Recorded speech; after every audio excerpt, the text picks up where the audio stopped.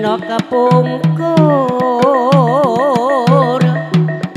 sliramu nate ngendika tresno lahir terusing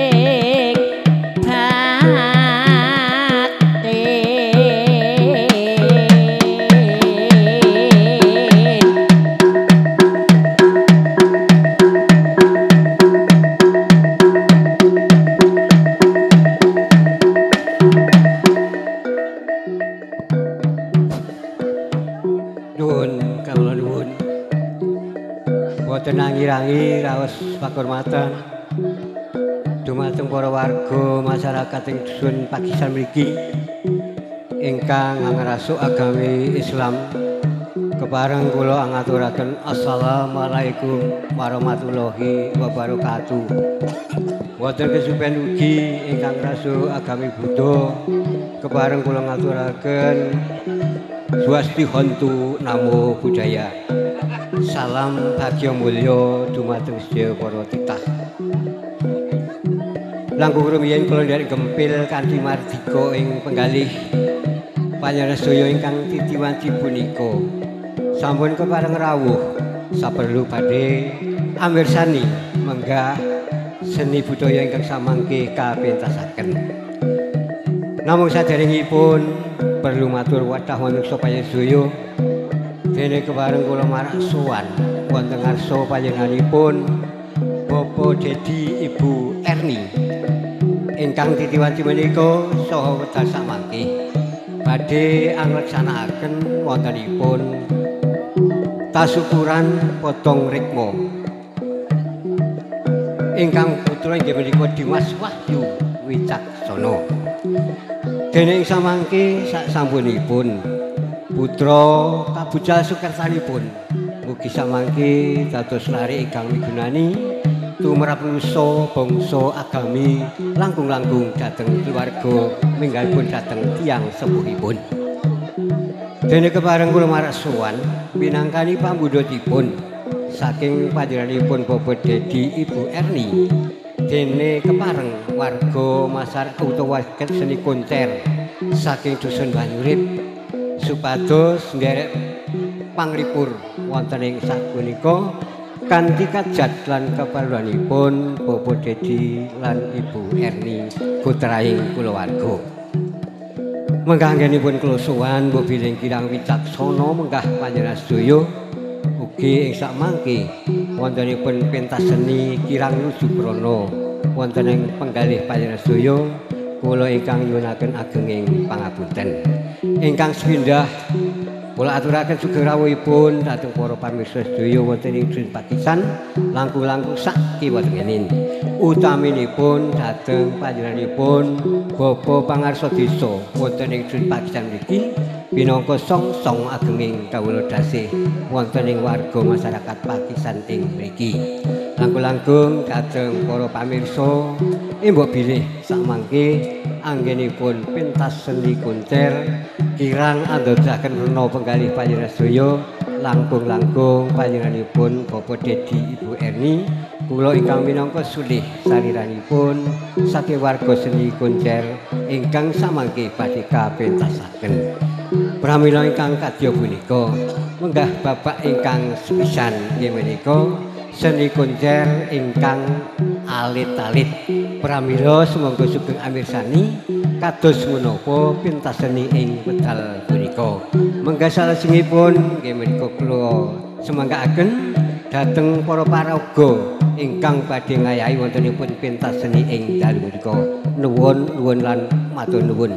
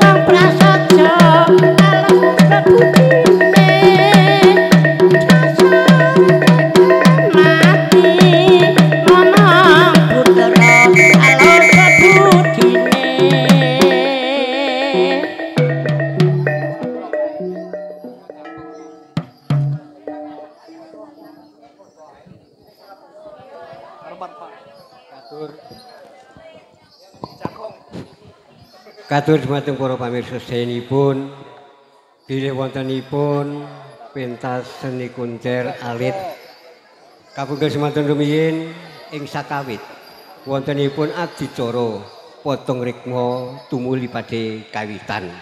Pramila ing titiwati menika menggah wekdal sak cekapipun saha sawetahipun kepareng kula aturaken dumateng keluarga panjenenganipun Bapak Dedi dalasan Ibu Erni.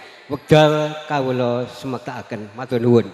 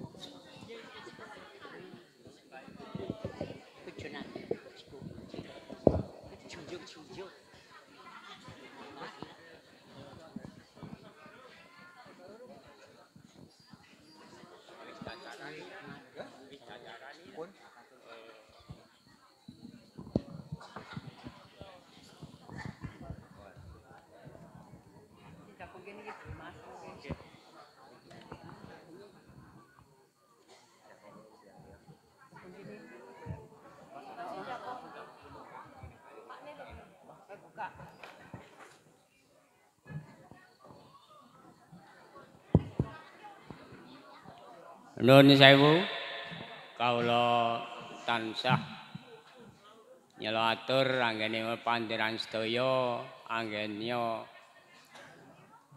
lawan sabda dalah dalam lenggahan muji syukur untuk Gusti Yang Agung kang tansah paring katentreman kasehatan kebakalan dhateng panjenengan sedaya saengga pepanggihan ing wekdal dalu menika tan manggih halangan satunggaling punapa. Boten ngirangi raos ingkang sanesipun agami Islam. Kawula ngaturaken assalamualaikum warahmatullahi wabarakatuh. Ingkang ngarsa agami Buddha kawula ngaturaken sila santi buddhis namo buddhaya. Ingkang anggap agami Kristiani kawula ngaturaken salam bagya mulya kagem panjenengan saha kula. Bilih ing wekdal dalu menika panjenengan sedaya pun aturi rawuh mriki ingkang sepindhah disuni berkalan doartenipun juga pangga kalih kasuprih nekseni utawi nderek ngiyataken menggah kajatipun Pak Tio anggenipun ing wekdal dalu menika badhe nggih menika ngluwari nadal methet gombak gembelipun sejabang bayi si Dimas Wahyu. Mugi sak penggeripun pun pethet gombak gembelipun sejabang bayi diparingana katentreman kasehatan kebakaswarasan dalah panjenenganipun Bapak Tio sak keluarga diparinga katentreman kasehatan kebakaswarasan diparingana tentrem tabah ayem diparingana tulus samudayanipun tulus ing tinandur merdi dadi inganipun diparingana rezeki kang melimpah kalan berkah menapa sedyanipun Pak Tio sak keluarga sageta Gusti tansah ngijabahi. Bilih ing wekdal dalu menika kula minangka minangkani pambudhetipun Pak Tio kasulih nderek matur wonten ngarsa panjenengan sedaya ingkang sepindhah nggih para sesepuh, para aji sepuh ingkang sadu kinurmatan wonten pangarsanipun Bapak Kepala Dusun wonten ing Pakisan ing mriki ingkang sadu kinurmatan dalah sedaya perangkat Bapak RT RW sedaya masyarakat ugi satu kehormatan dhateng rombongan seniman seniwati ingkang saking Dusun Banyurip ingkang kawula tresnani suhu kinurmatan. Bilih ing dalu menika kersanipun Bapak Listio sak keluarga kawulih minangkani pambudhetipun anggenipun Pethet Gombak Gembelipun. Bilih ing semangke embok bilih kawula anggenipun ngadani Pethet Gombak Gembelipun kirang trep dhateng penggalih panjenengan sedaya kawula tansah mawantu-wantu nyuwun sih agunging samudra pangsami. Bilih ing titiwanti menika masalah nggih menika Pethet Gombakipun badhe kawula mulai.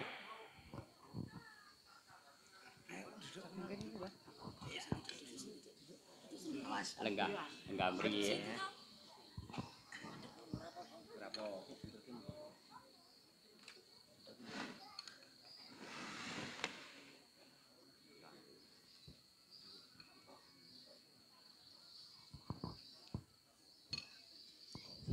Ana kitung rumeksa ing wengi teguh ayu luput ing lara luput ing bilai kabeh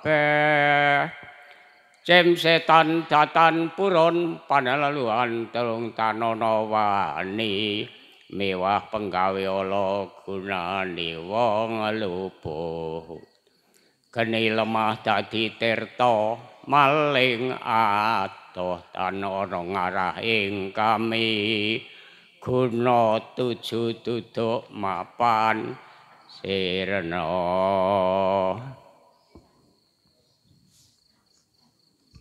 saking Pancabaya tan sami bali wedhahi welas asih pandulune temahan rahayu kabeh slira-sliraning ayu ingidran widodari saking malaikat lan rasul pandadya ayuning badan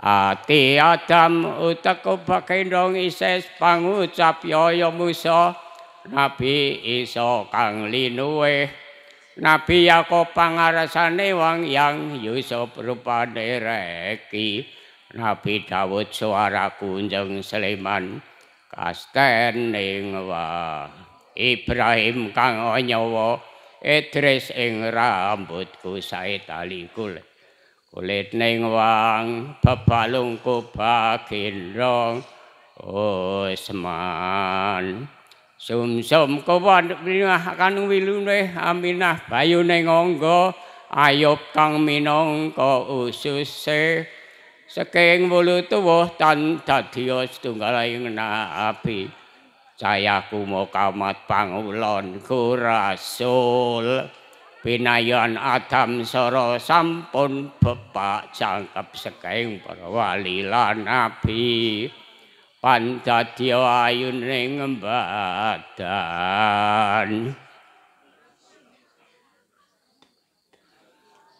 hong wilaing ana kidung-kidunge ki banyak dalang anake ki banyak dalang lunga mangetan anglebur impenala anglebur ujarala cemplung nodong segara kayune kayu gereja arenge betha jagat siwure siwur turut tinurut saking mala lan nggodha lebar luar saka kersaning ngalah wong wilaing ana kidung-kidunge iki banyak dalang anak iki banyak dalang lumaidul anglebur impenala anglebur ucara ala cemplung nodong segara kayune kayu gereja arenge Bathara Jagat siwure siwur turut tinurut saking mala lan godha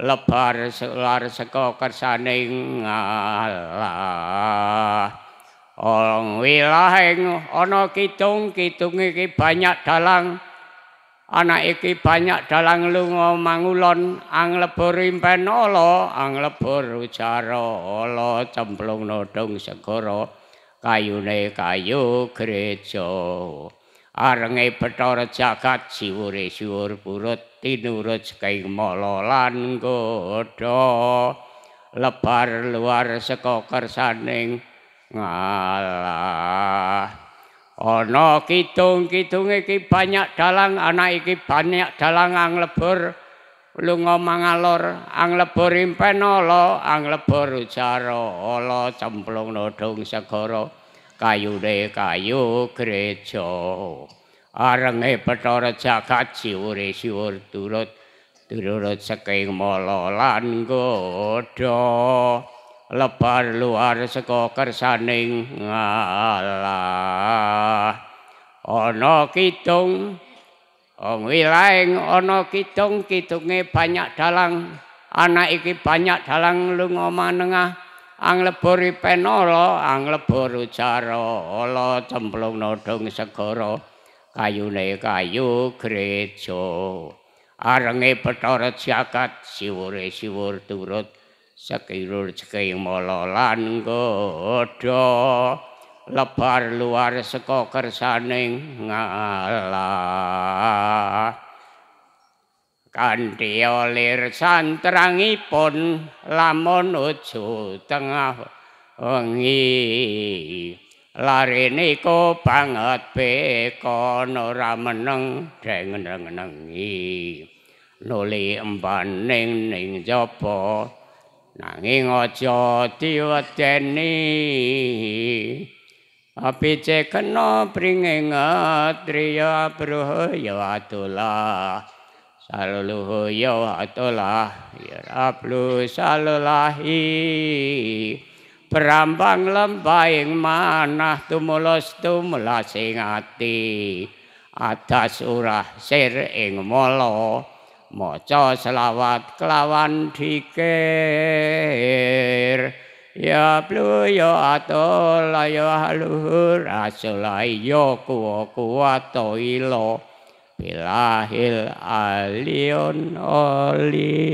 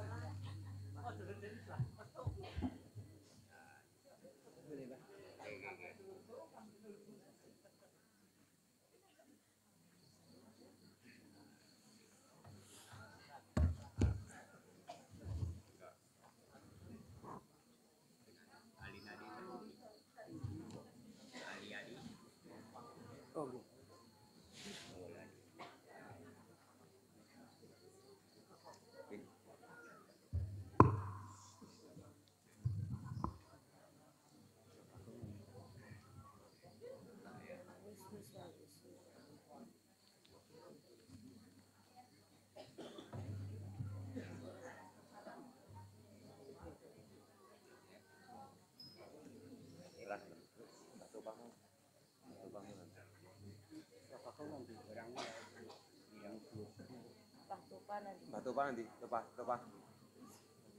Topa. Oh.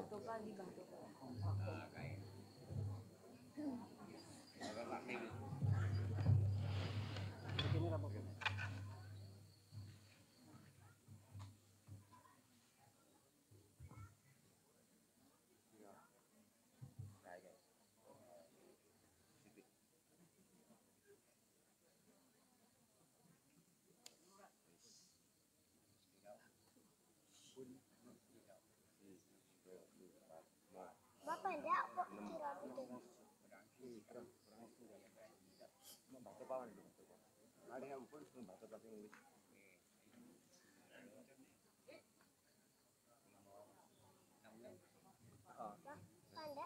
itu. Pendek. Terus. Satu pendek rambutnya. Rada.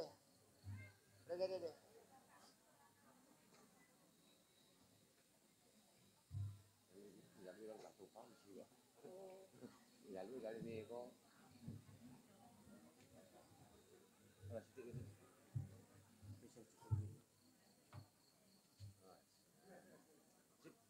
pun Tayo sopo. Batu. itu sebelah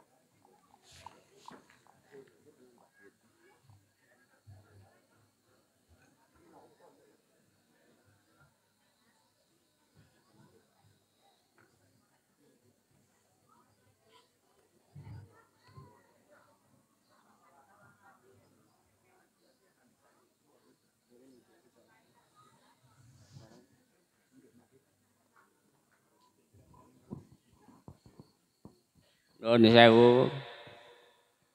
Kados pethet gombak kembilipun sesapang bayi menika sampun paripurna. Mugi berkah doa resnipun dhateng para punden, dhateng para sepuh bini sepuh, langkulon Bapak Kepala Dusun Pagisang mriki, saha pamirsa sedaya saking Seniman Singiwati tansah nderekaken nggih menika doa restu sak gombak kembelipun lare dipun paringa keselamatan, kesehatan, kebakas kewarasan benjang tumeh akhir ing pisenaon sageta pinaon lancar bekti dhateng negari lan agami. Kandheng menika sampun nggih menika paripurna mbok pilih kawula anggenipun ngadani anggenipun pethet gombak nyembelipun wonten kirang trep sakang kemah panjenengan sedaya kula tansah mawantu nyuwun sih agunging samudra dhateng pangarsanipun para rawuh sedaya. Meka badhe luaran.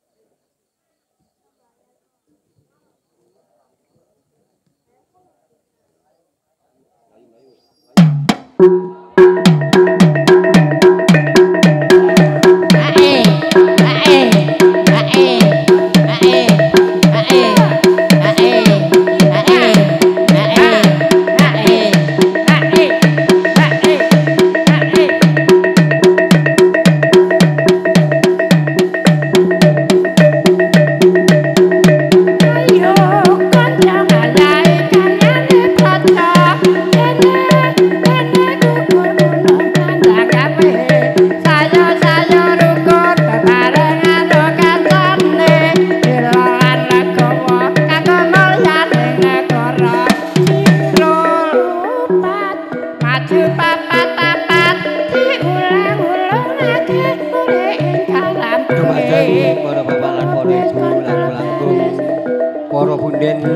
sepuh.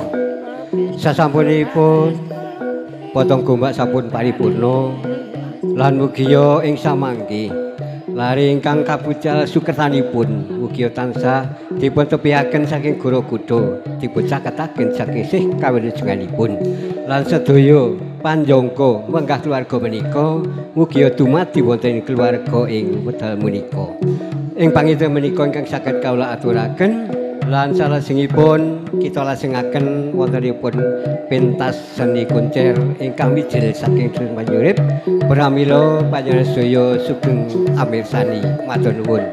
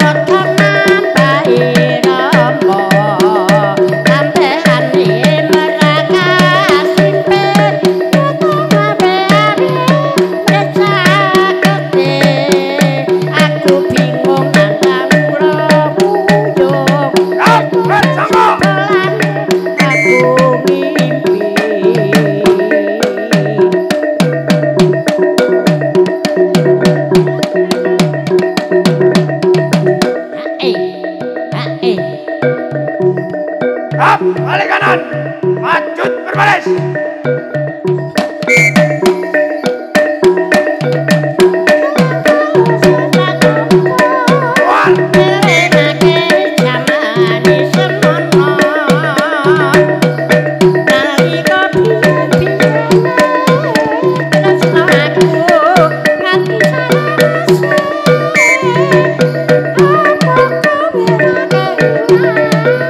Cantik pengen urip bebareng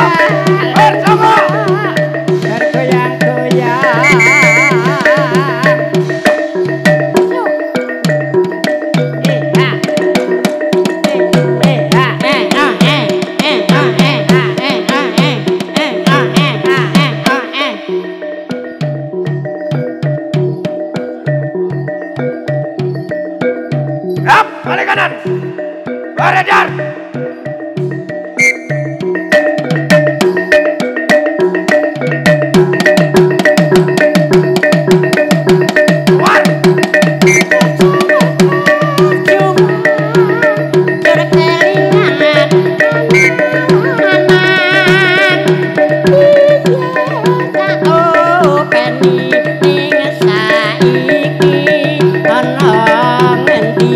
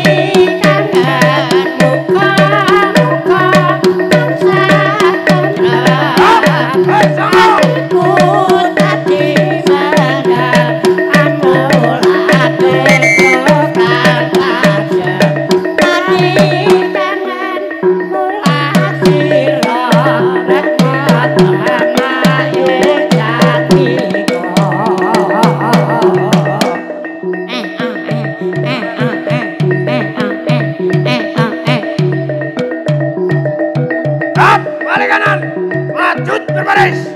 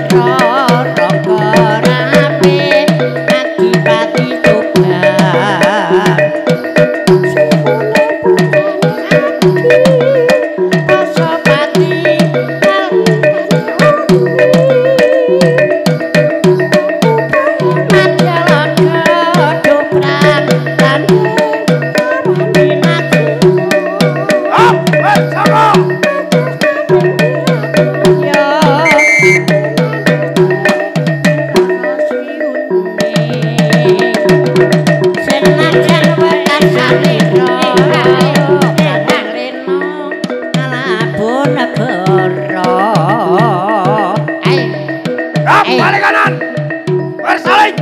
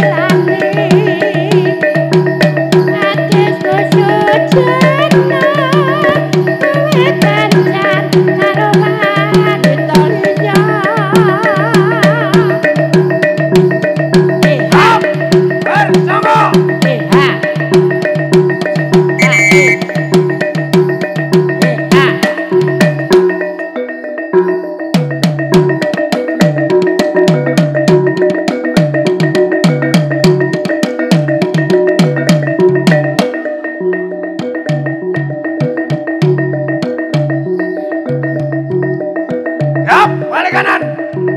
Berlegang.